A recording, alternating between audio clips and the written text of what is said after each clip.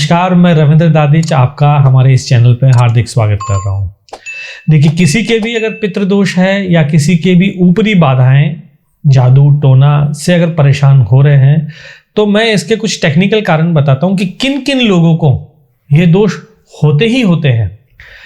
इसमें जिसका भी लग्नेश और चंद्रमा अगर कमजोर होता है तो ऐसे लोगों के पितृदोष और आपके जो ऊपरी बाधाएं परेशान करती है, या किसी का नॉर्थ दिशा के अंदर गड़बड़ हो और साथ में साउथ वेस्ट भी गड़बड़ हो, तो भी उन आदमियों को, उन व्यक्तियों को ये पितृदोष और ऊपरी बाधाएं परेशान करती है। देखिए, अगर नॉर्थ दिशा के अंदर अगर टॉयलेट बना हुआ है, अगर झाड़ू रखी हुई है, जूते चप्पल की अलमारी बनी हुई है, वहां पे सीढ़ी लगी हुई है, या वहां पर कोई गंदा कचरा रखा हुआ है, डस्टबिन रखा हुआ है, तो भी ये गलत है। क्योंकि जो उत्तर दिशा है वो चंद्रमा की दिशा होती है और चंद्रमा को मन का कारक कहा गया है। यानी मन के ऊपर अगर कोई बोझ है, कोई परेशानी है या कोई गलत चीज का इम्पैक्ट है तो वहां पितृदोष, वहां पर ये बाधा दोष होगा ही होगा। साउथ वेस्ट को राहु का कोना कहा गया है।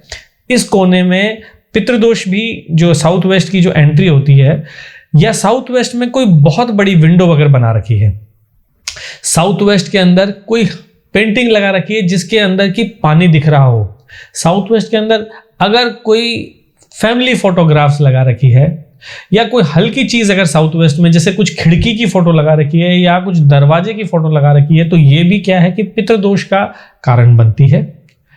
इन चीजों को तुरंत हटाना चाहिए। तो नॉर्थ और साउथ वेस्ट अगर बढ़िया रहेगा, वो आदमी के ना तो कभी पितृदोष होगा, ना कभी उसके ऊपरी बाधाओं की समस्या रहेगी। अगर आपके इन चीजों से अगर आप पीड़ित हैं, इन चीजों से अगर आप परेशान हो रहे हैं, आप कोशिश कर रहे हैं कि इन चीजों से निकल जाए, पितृदोष का उपाय करना चाह रहे हैं, तो वास्तु दोष का तो उपाय ये है कि इन दिशाओं को, नॉर्थ को हल्का करें और साउथ वेस्ट को मजबूत करें। छोटा उपाय मैं आपको बताता हूं, जिसमें पहला उपाय यह है कि आप अपने कंसल्टेंट की जरूर सुने। कंसल्टेंट जो आपको सही राय दे रहा है, जो आपके मेंटोर हैं, जो आपके शिक्षक हैं, गुरु है और आपके गुड एडवाइजर है, उनकी जरूर सुनो। उनकी बात को सुनने के साथ साथ में उसको पालन करो।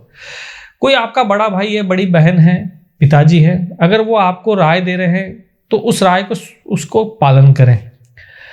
अगर आपके कोई कंसल्टेंट है, डॉक्टर हैं, एस्ट्रोलॉजर है या वकील है, कुछ भी आपके जो भी कंसल्टेंट है, आप उनकी सुने, आप उनका पालन करें। इससे आपका चंद्रमा मजबूत होगा और आपके ये जो दोष बता रहा हूं, इसके अंदर आपको फायदा मिलेगा। नेक्स्ट उपाय ये है कि आप अपने बारे में सफेद कागज के ऊपर आप लाल पेन से जरूर कुछ लिखें। सफेद क्योंकि चंद्रमा का कलर है, इसके ऊपर जब भी कुछ लिखते हैं तो चंद्रमा को बल मिलता है।